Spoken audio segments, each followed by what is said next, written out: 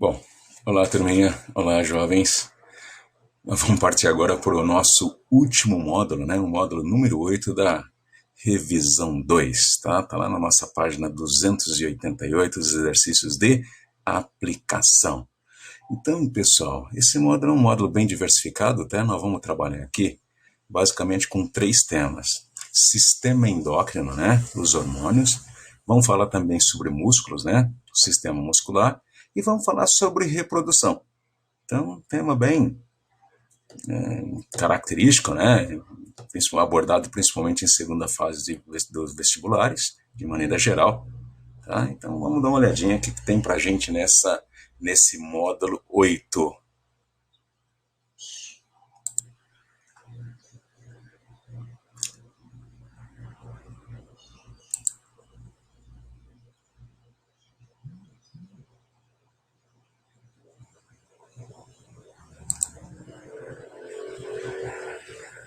Bom, e a gente começa, né?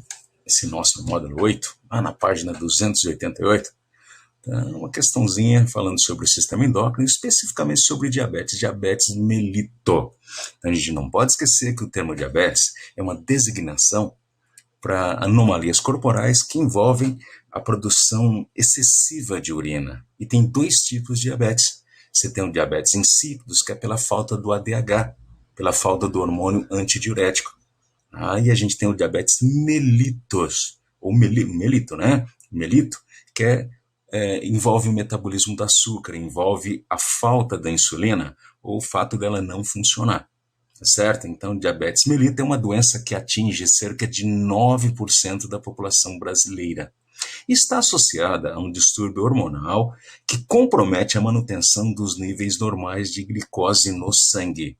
Então, a gente não pode esquecer que a taxa de açúcar do nosso sangue, a chamada glicemia, ela depende de 2 hormônios, tá? Ambos produzidos pelo pâncreas. As ilhotas de Langerhans no pâncreas se constituem na porção endócrina do pâncreas, porque o pâncreas é uma glândula mista. O pâncreas produz substâncias que auxiliam na digestão. Então, essas substâncias, como não são jogadas no sangue, então dá, né, para o pâncreas que a gente chama de atividade exócrina. Agora, o pâncreas produz 2 hormônios, tá? O glucagon e a insulina, que são substâncias, obviamente, né, como são hormônios jogados, lançados no sangue. Então, tá, a parte endócrina do pâncreas, a estrutura do pâncreas que produz esses 2 hormônios, tá, são as ilhotas de Langerhans. Nessas ilhotas de Langerhans, nós temos 2 tipos de células. As células alfa, que fabricam o glucagon, e as células beta, que fabricam a insulina. Então, o glucagon, produzido pelas células alfa, tá, é jogado no sangue como resposta à hipoglicemia. Toda vez que falta açúcar no sangue, o pâncreas responde produzindo o glucagon. O que o glucagon faz? Eleva a taxa de açúcar no sangue. O glucagon provoca a hiperglicemia, eleva os níveis de açúcar no sangue. Tá? Agora, quando a taxa de açúcar no sangue é alta, quando tem muito açúcar no sangue, a hiperglicemia, o pâncreas responde produzindo a insulina. A insulina diminui a taxa de açúcar no sangue. A insulina leva à hipoglicemia, reduz os níveis de açúcar no sangue. Certo? Então, quando se trata de diabetes, tá, é uma doença vinculada à produção da insulina. A insulina estimula a entrada da glicose na célula para ser utilizada. A célula que passa, a glicose que passa pela membrana e entra na célula, a tendência é que ela seja queimada, né, convertida em energia ou estocada em forma de reserva, glicogênio ou gordura. Tá? Então, a falta da insulina, a carência de insulina, compromete a entrada da glicose na célula, comprometendo também a produção de energia e, consequentemente, né, a produção de reservas. Tá? Então, a insuficiência de qual hormônio leva ao diabetes mellitus? A insuficiência da insulina. E de cara a gente pode estabelecer 2 tipos de problemas. Tá? Primeiro, a carência da insulina. Quando o pâncreas não fabrica, ele se nega a fabricar a insulina. Então, isso caracteriza o diabetes tipo 2. O diabetes tipo 1. Então, o diabetes tipo 1 é um insulino dependente. É um indivíduo que seu pâncreas, normalmente, por causa de uma atividade imunológica equivocada, né? A doença autoimune, ocorre a destruição das células beta que fabricam, né, a insulina. Então, o indivíduo não consegue produzir insulina. Sem a insulina, não tem como colocar o açúcar dentro da célula. Então, o açúcar que não entra na célula, ele não é convertido em energia. Ele não auxilia a formação de estoques de reserva. Bom, e esse açúcar que não entrou na célula se acumula no sangue, transformando o sangue do cara num melado. É a hiperglicemia, por isso que a falta, né, a carência da insulina leva à hiperglicemia, certo? Então isso provoca elevação na pressão arterial, com comprometimento da atividade do sistema circulatório e principalmente a atividade renal, tá? Então o diabetes tipo 1 se caracteriza pela não produção da insulina, certo? Agora tem o diabetes tipo 2, que por incrível que pareça é o mais frequente. Ele se caracteriza, tá, por uma incompatibilidade da célula com a insulina. Tá? Então, geralmente por ganho de massa corporal ou outros motivos, tá, a célula não reconhece a insulina. A insulina existe, está no sangue, mas ela não consegue desempenhar o seu papel. Ela não consegue, na membrana, colocar o açúcar para dentro da célula. Então, as consequências são as mesmas. O açúcar não entra na célula e se acumula no sangue. Tá? Então, o órgão que produz a insulina é o pâncreas, mais especificamente nas células beta das ilhotas de Langerhans. Ok? Bom, B. Por que a pessoa portadora do diabetes mellitus apresenta níveis alterados de glicose no sangue? Então, ele apresenta hiperglicemia porque a falta da insulina, né? Como é a insulina que estimula a entrada da glicose no sangue, a sua falta, a sua carência vai comprometer a entrada da glicose na célula, gerando assim o acúmulo desse açúcar no sangue, causando a hiperglicemia. E aí está perguntando mais, qual a implicação do diabetes mellitus para o metabolismo energético da célula? Então, além de comprometer a produção direta da energia, né? Olha só, nós temos a glicose, é o principal combustível da célula. A substância que a célula mais gosta de usar como combustível, né, é a glicose. A glicose tem um bom rendimento energético e, ao ser queimado, produz resíduos pouco tóxicos. Então, a relação custo-benefício é maravilhosa, certo? Então, principalmente o nosso cérebro dá uma predileção à queima da glicose, certo? Então, a nossa musculatura adora queimar a glicose, certo? Então, agora, né, na falta da insulina, o açúcar não entra na célula, obviamente ele não pode ser queimado, então o organismo tem que arranjar outras fontes de combustível, tá? E vai apelar, primeiro, para as proteínas. Então, são queimadas proteínas, principalmente da musculatura, tá? E principalmente as gorduras. As gorduras. Só que o corpo, ao queimar a gordura, libera corpos cetônicos, que são substâncias relativamente tóxicas. Tá? Uma grande concentração de corpos cetônicos no sangue pode, inclusive, levar à morte. Ok? Então,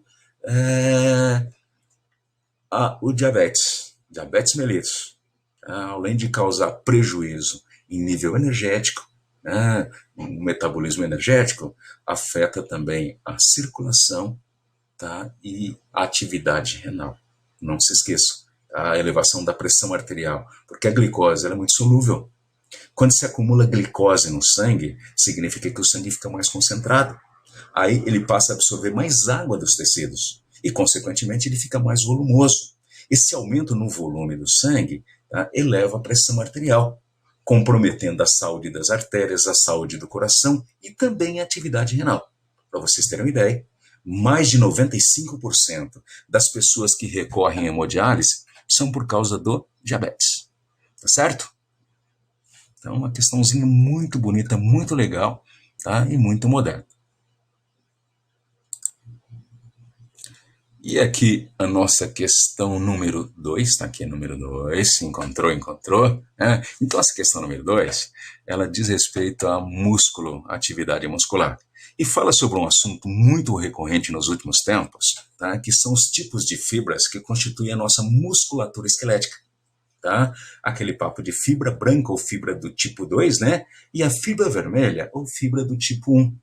Tá? Então a gente sabe que indivíduos, os atletas, né? Eles, a sua predisposição para a competição depende, né, da proporção adequada dessas fibras constituindo os seus músculos, né, esqueléticos. Então, vamos lá. O corpo humano tem dois tipos de fibras musculares esqueléticas. 1 e 2. As fibras do tipo 1 têm várias mitocôndrias, maior irrigação sanguínea e maior quantidade de mioglobina. Então, as fibras do tipo 1 são as fibras vermelhas. São fibras, né, que adequam o corpo do indivíduo a atividades de resistência, atividade aeróbia. Então, essas fibras do tipo 1, elas são basicamente de ação oxidativa. A produção de energia nesse tipo de fibra se baseia na utilização do oxigênio, atividade aeróbia. Tanto é que, olha, tem muitas mitocôndrias para poder utilizar esse oxigênio. Produz energia de forma aeróbia. Tá? Então, quando você produz energia de forma aeróbia, você produz muito menos ácido lático. A fadiga muscular demora mais tempo para chegar. Maior irrigação sanguínea. Então, corrobora porque essa maior irrigação sanguínea contribui para a chegada de uma maior quantidade de oxigênio nessas fibras e maior quantidade de mioglobina. Então, a mioglobina é uma proteína vermelha localizada no interior das fibras musculares, né, cuja principal função é armazenar oxigênio, reter oxigênio. O mesmo oxigênio que vai facilitar a atividade aeróbia. Então, essas fibras são ditas vermelhas porque tem uma concentração interna muito grande de mioglobina, uma proteína parecida com a hemoglobina, né? Um pouquinho diferente, mas que tem a mesma coloração, né? E função relacionada a reter oxigênio, tá certo? Então, mioglobina vermelha transforma essas fibras em fibras vermelhas, ok? Já as fibras do tipo 2 apresentam poucas mitocôndrias. São as fibras brancas, né? Tem poucas mitocôndrias e pouca mioglobina. Bom, pouca mitocôndria, quer dizer, a produção de energia não se baseia no processo aeróbio, no processo oxidativo. Tá? E pouca mioglobina. Como a hemoglobina retém oxigênio dentro da célula, se essa célula usa pouco oxigênio, então não precisa de tanta mioglobina. Então são as fibras brancas. E a pouca mioglobina que tem dentro dessas fibras é que dão a coloração meio branca, né, para esse tipo de fibra. Então, esse tipo de fibra se baseia na atividade anaeróbia, né, na realidade, na fermentação lática. A produção energética, a produção, né, a geração de ATPs, se baseia na fermentação lática. Agora, é um tipo de fibra, né, que tem uma atividade muito intensa. Tá? Então, atividade de explosão gera muita energia concentrada. Então, só que é um tipo de fibra que não pode ser acionada por um período muito longo, porque ao basear sua atividade na fermentação lática, produz ácido lático. Tá? E o acúmulo de ácido lático nas fibras provoca fadiga muscular. Então, é um tipo de fibra que torna o músculo muito forte, né, explosivo, tá? Mas que não é para atividade de longa duração. Tá? Não é atividade de resistência. Então, aqueles atletas que fazem, né, aquelas corridas de curta distância, 100, 200 metros, né, que saltam em altura, que saltam em distância, que nadam 50 metros, eles precisam ter uma predominância muscular de fibras brancas ou do tipo 2, tá, de explosão, tá certo? Agora, aqueles atletas, né, de resistência, como maratonista, tem que predominar no seu esqueleto as fibras do tipo 1, as vermelhas, que são fibras oxidativas, ok? O gráfico ilustra a variação na quantidade dessas fibras em atletas que realizam diferentes atividades físicas. Então, tá aqui, ó, nós temos aqui, né, basicamente, né,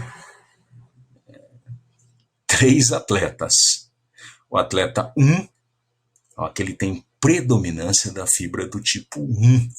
Então, no seu esqueleto, a sua musculatura esquelética, ó, tem mais fibra do tipo 1 que fibra do tipo 2. Estão vendo? Então, com certeza, esse indivíduo tem uma adequação maior para resistência, atividade de resistência como uma maratona. Esse atleta 2 aqui, na realidade, deve ser um atleta daquele de final de semana, ou então um indivíduo sedentário, tá? Porque, olha, como não há predominância de uma fibra sobre a outra, tá? Então não é uma atividade que possa ser feita preferencialmente. Inclusive, né, se um atleta de ponta, de competição, assim como uma Olimpíada, ele não está preparado para nenhuma delas, tá certo? Nem atividade de resistência, nem de explosão, tá certo? Já o atleta número 3, olha, tá? Já há uma predominância de fibra do tipo 2, aquela fibra, né, de explosão. Então, e uma quantidade bem menor de fibra do tipo 1. Então, esse indivíduo com certeza está predisposto a uma atividade de curta duração, não, mas que envolva aquele esforço, aquela explosão imediata. Ok? Então, vamos ver o que o exercício está perguntando. A classificação do tipo de fibra está relacionada a qual proteína muscular? A mioglobina. Existem outras características, né? Mas a fibra branca e a fibra vermelha, o que diferencia na cor? A presença de grande quantidade ou de pequena quantidade de mioglobina. Então, a fibra vermelha é vermelha? Por quê? Porque tem muita mioglobina. E a branca? Porque tem pouquíssima mioglobina, ok? Qual é a importância da mioglobina para a fisiologia da fibra muscular? Tá? Ela dá um aporte de oxigênio. Ao reter oxigênio dentro da célula, né? Então fornece esse gás para atividade aeróbia. Tá? Muito importante, né? Na fibra do tipo 1, ok? Então, é o suporte de oxigênio para que haja produção de energia através da respiração. Característica da fibra do tipo 1, ok? Bom, B. Qual desses indivíduos deve ser um velocista, corredor de 100 metros? Esse que tem predominante a fibra do tipo 2 só, o atleta 3. Como as fibras musculares desse atleta conseguem formar rapidamente moléculas de ATP? Através da fermentação lática. É um processo muito rápido. Então, gera poucos ATPs por molécula de glicose, tá? Mas é uma produção muito rápida. Então, a produção de ATP acontece basicamente através da fermentação lática. Por isso que a atividade, né, nesses indivíduos não pode ser de longa duração, porque esse acúmulo de ácido lático acaba produzindo, né, fadiga muscular, inclusive câimbras, né, e até lesão muscular, ok? Dá uma olhadinha aqui, né? Então, para vocês compararem a resposta que você deu, né? Então, a classificação do tipo de fibra está relacionada à proteína mioglobina, que armazena o oxigênio essencial para a atividade aeróbia nos músculos. Miócito é outro nome que a gente dá para a célula muscular. Mio é o prefixo que designa músculo, né? E cito de célula. Em B, o velocista deve ser o atleta 3, né? Aquele que tem muito mais fibras brancas ou do tipo 2. E a formação rápida de moléculas de ATP nas fibras musculares desse atleta deve ser o metabolismo anaeróbio da glicose, ou seja, a glicose quebrada através de fermentação lática. Ok? E temos aqui a nossa questão 3, né, uma questãozinha da FUVEST, segunda fase da FUVEST, né, e vinculado à reprodução humana. Então, as figuras a seguir mostram os ciclos ovariano e uterino e as variações dos hormônios hipofisiários relacionadas com esses ciclos na mulher. Em cada figura, a representação dos eventos inicia-se em tempos diferentes. Bom, então a gente não pode esquecer que o ciclo menstrual, né, é caracterizado por aquelas alterações cíclicas, né, que ocorrem no aparelho reprodutor feminino. Então, o menstrual vem de mensal. Então, esses eventos se repetem mensalmente, por isso o ciclo menstrual. Tá? Então, eles podem ser vistos do ponto de vista do ovário e do ponto de vista da parede do útero, o endométrio. Tá? Então, aqui em cima, ó, a gente tem o que acontece, né, com um folículo de Graafi durante o ciclo menstrual. Tá? E na parte de baixo a gente vê o que acontece com o endométrio, o revestimento interno do útero, né? Cujas alterações visa preparar, né, o útero para uma eventual gravidez. Coloca o útero em condições adequadas para poder suportar uma gravidez, certo? Bom, outra coisa importante é que o ciclo menstrual ele é controlado por 4 hormônios, 2 hormônios da hipófise e 2 hormônios dos ovários. Os hormônios produzidos pela hipófise são o FSH, hormônio folículo estimulante, tá? E o LH, hormônio luteinizante. O FSH, tá? Ele tem 2 funções. Ele estimula o folículo a amadurecer o óvulo e estimula o folículo a produzir o hormônio estrógeno ovariano, certo? E o LH também tem 2 funções. Primeiro, ele é responsável pela ovulação. Então, aqui, tá mostrando a ovulação. O folículo maduro se rompendo e lançando o óvulo nas trompas de Falópio. Essa é a ovulação. Então, isso é desencadeado pelo LH, hormônio luteinizante. Mas não é só isso, não. Esse folículo que se rompe, que lança o óvulo nas trompas, vazio, pela ação do LH, ele é transformado numa glândula no corpo lúteo que passa a produzir progesterona. Então, olha só, o progesterona produzido pelo corpo lúteo do ovário é estimulado pelo LH. E o FSH, olha, estimula o folículo de Graafi a amadurecer o óvulo, estimula o folículo a fabricar o estrógeno. Então, a produção de estrógeno é estimulada através da ação do FSH. Bom, e os hormônios ovarianos são o estrógeno, tá? O hormônio feminilizante, que além de preparar o corpo da mulher para a gravidez, também prepara o corpo da mulher para a sua vida reprodutiva. Então, além de atuar, né, em várias atividades corporais, tá? O estrógeno transforma o corpo da mulher.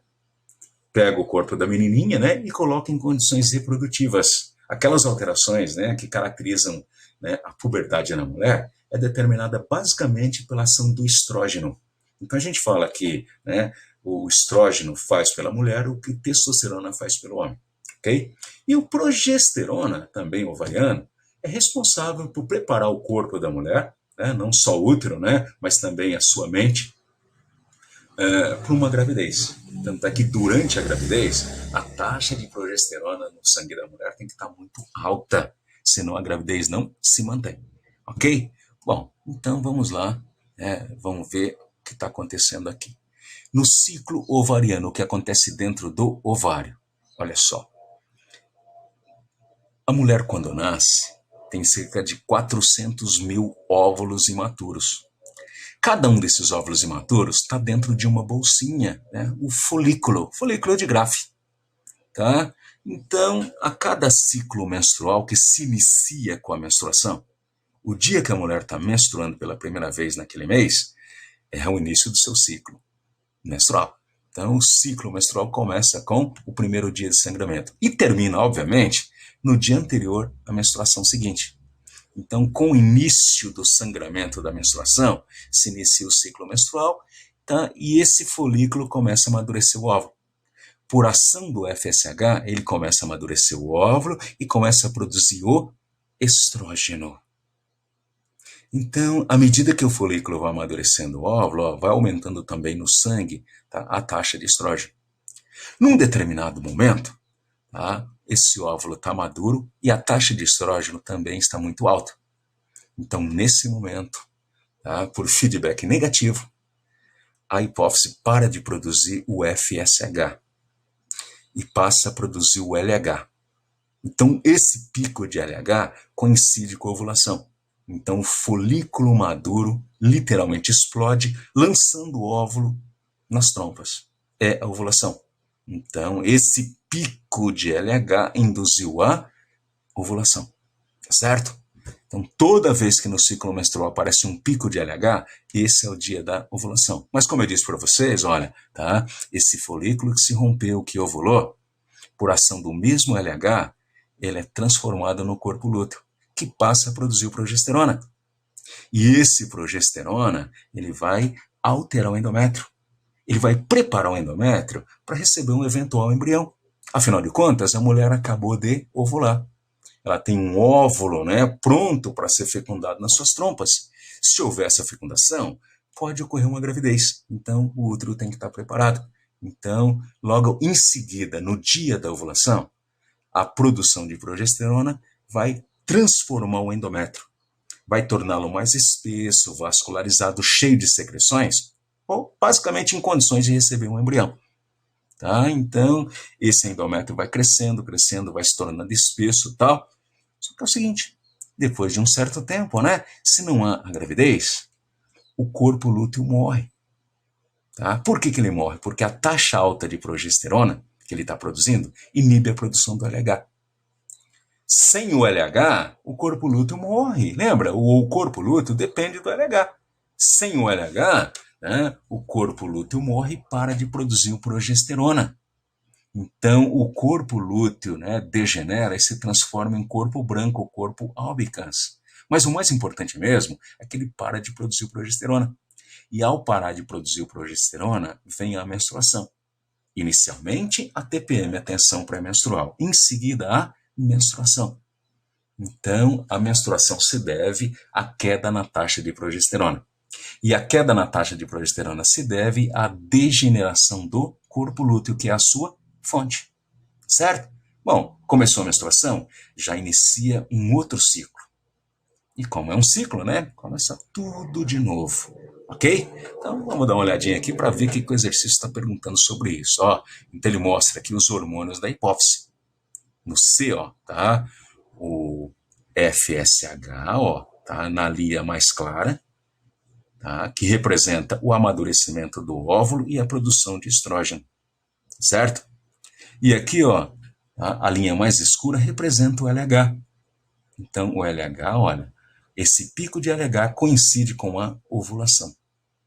E em seguida, a produção de progesterona, porque esse LH converte o folículo vazio rompido, né, em corpo lúteo que passa a produzir progesterona. Certo? Bom, então vamos ver o que é que está se perguntando aqui, né? Então, nas linhas horizontais abaixo das figuras A e B, indique com a letra M o início da menstruação. Então, o início da menstruação, ó, nas linhas A e B, ó, tá? O início da menstruação acontece aqui, ó, tá? Quando o corpo lúteo degenera, ó, e inclusive indica aqui, ó, que o endométrio está ficando menos espesso. Por quê? Porque ele está liberando aquele material que foi produzido na tentativa de preparar outra para eventual gravidez. Na ausência do progesterona, esse material ele se descama e é descartado em forma de ciclo menstrual, certo? Então, ó, na nossa linha aqui, né? Ó, tá? Então a menstruação acontece aqui, ó. Isso aqui é a linha da resposta, tá? Ó, aqui no ciclo ovariano, ó, acontece quando? Acontece, olha, quando o corpo lúteo se degenera e para de produzir progesterona. Então aí vem a menstruação, certo? Ah, e ó, aqui, ó, tá aqui, ó, o endométrio diminui de espessura. Por quê? Porque se soltou, descamou. E esse material começa a ser eliminado em forma de fluxo menstrual, certo? Ok? Bom, e aí tem mais um item aqui, né? Ele está perguntando, do lado de cá, está perdido, né? Está perdido, não, está aqui, control. Na linha horizontal, abaixo da figura C, indique com a letra O o momento da ovulação. Então, ó, aqui não tem segredo, né? Então, na linha C, tá aqui, ó. Quando acontece a ovulação? No pico máximo de LH. Então, ó, aqui, ó, nesse pico aqui, ó, de LH acontece a ovulação, ó. Então, vamos dar uma olhadinha aqui na resposta, né? Tá aqui, ó.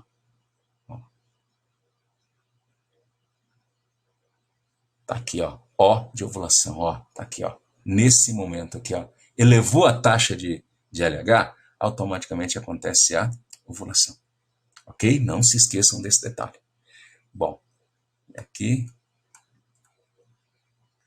tem o item C. Na gravidez, o que ocorre com a produção dos hormônios representados na figura C? Então, figura C, vamos lá para a figura C. O que nós temos na figura C? Nós temos o LH e o FSH. Essa é a figura C. Então, durante a gravidez, a taxa desses hormônios cai lá para baixo, né? Não é produzido. Por quê? Porque é o famoso feedback negativo. Então, durante a gravidez, a taxa de estrógeno está alta.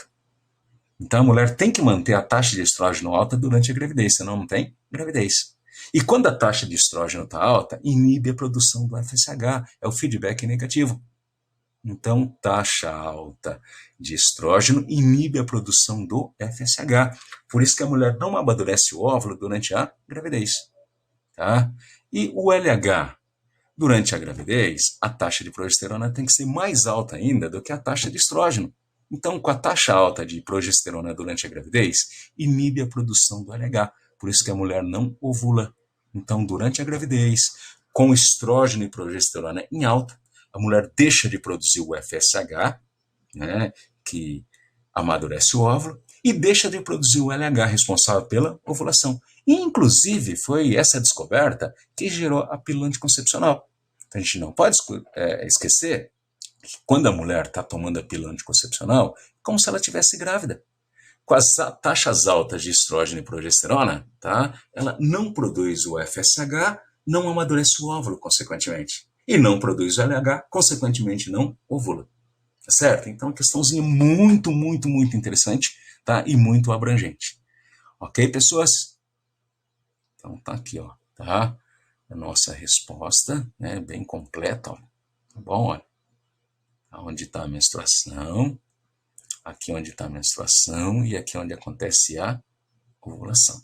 Tá? E aqui no item C, ó, na gravidez, a produção dos hormônios hipofisiários é mínima, né, que é o FSH e o LH, pois os estrógenos e a progesterona, proveniente do corpo lúteo, que não degenera graças ao HCG, lembra? Quando o embrião se implanta no útero, ele produz o HCG, o hormônio gonadotrofina coriônica, né, que mantém o corpo lúteo ativo. Então, quando a mulher engravida, o corpo lúteo não degenera e continua a produzir tanto progesterona quanto estrógeno. Então, durante a gravidez, a taxa alta de, né, progesterona e estrógeno inibe a produção do FSH e o LH através de feedback negativo. Ok? Então, legal. Bom, e aqui a quarta e última questão da nossa revisão 2, né? Uma questãozinha muito interessante. Bom, duas mulheres suecas estão carregando o útero de suas mães. Duas mulheres suecas estão carregando o útero de suas mães, ou seja, houve um transplante de útero da mãe para a filha. Segundo os médicos responsáveis, esses são os primeiros transplantes de útero de mãe para a filha. As cirurgias não tiveram complicações, mas os médicos só vão considerar o procedimento bem-sucedido se as mulheres conseguirem engravidar. Hormônios foram usados para estimular os ovários que elas já tinham, né, para amadurecer os óvulos. Os cientistas vão fertilizar os óvulos com espermatozoides no laboratório e congelar os embriões que, depois de um tempo, serão transferidos para os úteros das pacientes se elas estiverem em boas condições. Então, geralmente um transplante assim, geralmente não, né? Porque é pioneiro, né? Mas ele é feito, a sua necessidade se verifica, né? Quando a mulher tem algum problema uterino, geralmente o útero mal desenvolvido, aquele útero que não cresce, o famoso útero infantil, né? Ou algum outro problema do gênero que não possa sustentar a gravidez, certo? Tá? Então, legal. Então, é a medicina evoluindo e trazendo conforto para a gente, né? Agora, vamos ver aqui o que é que está sendo perguntado. Uma mulher menstrua desde que não tenha problemas hormonais ou no útero. Qual o tecido uterino eliminado durante a menstruação? Então, aqui é simples, né? É parte do endométrio. O endométrio é o tecido que reveste internamente o útero. É aquele tecido que sofre mudanças ao longo do ciclo menstrual. Então, no começo do ciclo menstrual, tá, ele diminui de espessura porque há uma perda de material, há uma perda desse endométrio que é eliminada em forma de fluxo menstrual. Mas em seguida, tá, ele já começa a crescer de novo. E esse crescimento se acentua na ovulação, quando a progesterona começa a ser produzida, né, e atua ali, estimulando o seu desenvolvimento. Basicamente, esse desenvolvimento que coloca o útero em condições, né, de sustentar uma gravidez. Certo? Então, o tecido eliminado na menstruação é o endométrio, revestimento interno do útero. Tá? Bom, o que acontece com a musculatura uterina quando ocorrem as cólicas? Então, muito interessante, né? Então, algumas mulheres têm cólicas terríveis, outras têm cólicas, mas que não são tão intensas assim, né? E tem algumas mulheres que não têm cólicas. De onde vêm essas cólicas? Então, a musculatura do útero é um tecido liso, tecido muscular liso. Então, esse tecido muscular liso, tá, ele realiza contrações involuntárias que não dependem da vontade do indivíduo. Tá? Isso acontece, por exemplo, na hora do parto. Tá? O que determina, desencadeia o parto são as contrações involuntárias da musculatura uterina. Mas essas contrações acontecem também durante a menstruação, tá? Para facilitar a eliminação desse fluxo menstrual, para facilitar a descamação daquele tecido, né, que basicamente morre, né, na ausência da progesterona. Tá? Então, para algumas mulheres, essas contrações são extremamente doloridas e para outras não. Tá certo? Então, depende da sensibilidade, varia de mulher para mulher. Mas, basicamente, tá, se utiliza medicamentos antiespasmódicos. A mulher está com aquela cólica terrível, o que, que ela toma? Atroveran e companhia. São medicamentos, né, que inibem as contrações da musculatura do útero e, consequentemente, atenua as cólicas, tá certo? Interessante, né? Bom, B. Cite o hormônio que estimula os ovários a amadurecer os óvulos. Então, isso a gente sabe, né? Acabamos de ver na questão anterior. O hormônio que estimula os ovários a amadurecer os óvulos, tá, é o FSH, o hormônio folículo estimulante. Hormônio fabricado pela hipófise, certo? Bom, tudo bem? Por isso que quando a mulher está usando a pílula anticoncepcional, ela não amadurece óvulos. Porque a pílula impede a produção do FSH, ou seja, impede o amadurecimento do óvulo. Ok? Bom, por que o transplante de órgãos, nesse caso, o útero, entre mãe e filha, muitas vezes apresenta maior viabilidade que o transplante entre mulheres não aparentadas? Aí ficou simples a resolução, né? Porque são mãe e filha, são parentes, então a possibilidade de rejeição é bem menor. Então a gente sabe que a rejeição é um fenômeno a ser considerado quando se trata de transplante de órgãos. Tá? E os indivíduos, quanto mais próximo ao parentesco, menor essa possibilidade. Então, inclusive, geralmente, né, é uma coisa mais familiar, né, uma questão mais interna, mais íntima, né? Então, mas não é só por causa do emocional, não, tá? É por causa da viabilidade em termos de rejeição, tá? Bom, turminha, vamos dar uma olhadinha aqui, né, nas respostas.